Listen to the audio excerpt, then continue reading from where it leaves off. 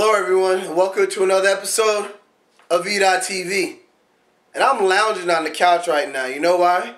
Because I'm acting like the top brass and the management of the New York Jets.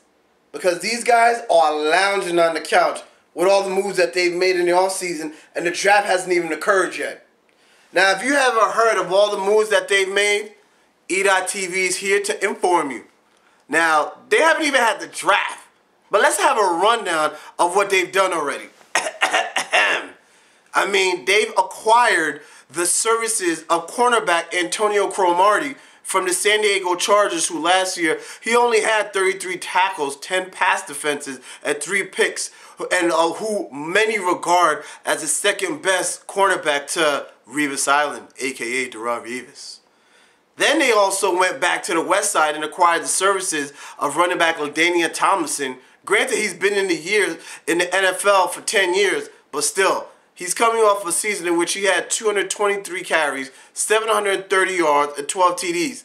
I don't think he's going to be expected to be the #1 back with the emergence of Sean Green last year in the postseason for the Jets. I think he's just expected to come in, be the veteran presence that he is, and basically catch a couple balls, score a couple touchdowns, and sit on the sideline and have some Gatorade. Next up, they also went on defense and acquired the services of safety Brodney Poole from the Cleveland Browns. I mean, he's a hard-hitting safety who's going to replace Kerry Rhodes, and he only had 50 tackles, 1 sack, and 4 interceptions. These guys, they don't have numbers that stick out, but they're all tough, hard-edged football players. And burning the midnight oil, here we go again. The New York Jets, via trade for a 5th-round draft pick, acquired the services from the Pittsburgh Steelers wide receiver Santonio Holmes. Now, he has violated the NFL's drug policy, in which he'll be suspended for the first 4 games of next season. But last year, he had 79 receptions for 1,248 yards at an average of 15.8 yards a clip, or should I say per reception, and 5 touchdowns. So they also have, let's not forget, Cotchery on one side and Braylon Edwards on the other side, and Dustin Keller at the tight end position. So I think they could be okay for the first 4 games. But once he cracks, or once they go 3 wide and you see that receiving core, all I got to say is, for all my 2010 Madden players, I think we're going to have to make the Jets the new team that you can't play with, because they got too many good players on both sides of the ball. And the Jets, I mean, this past season as a team, coming off a season in which they were ranked #1 in the regular season, an overall D, allowing only 252.3 yards a game, and also coming off a season in which they had the #1 rush offense with 172.2 yards a game. Now, if you had the #1 defense and you adding possibly the number 2 cornerback and a top-rated safety to your defense, and let's not forget, in the drafts, they can just pretty much say, this is like a candy store.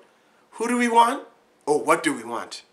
And then when you look on offense, they had the #1 offensive rush attack with the best offensive line. You got a veteran running back like LaDainian, who's been in the league 10 years, and a pound and mound back of Sean Green.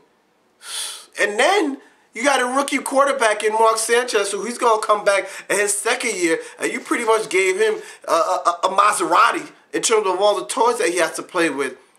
In my opinion, anyone who doesn't believe that next year for the Jets, it's either make a Super Bowl appearance or bust, you're crazy. I think by far, head and shoulders, the Jets are at the top of the ladder, and they have the big bullseye on their chest, because everybody is gunning for the Jets. Because on paper, and I know that the game is played on Sunday, but listen, when you look at the roster, there's no way that you can expect not only these guys to make the playoffs, but make a Super Bowl appearance. I mean, they've only improved on a roster in which the first season of head coach Rex Ryan, they made it to the AFC title game. So you can't tell me making the Super Bowl is crazy. But I mean, hey, that's why they play the game, right? The draft is going to take place in the ensuing weeks, and you better know where to keep your TV switched on to. I shouldn't say your TV, but your laptop, your computer, or however you're watching this right now. It's E.TV, baby.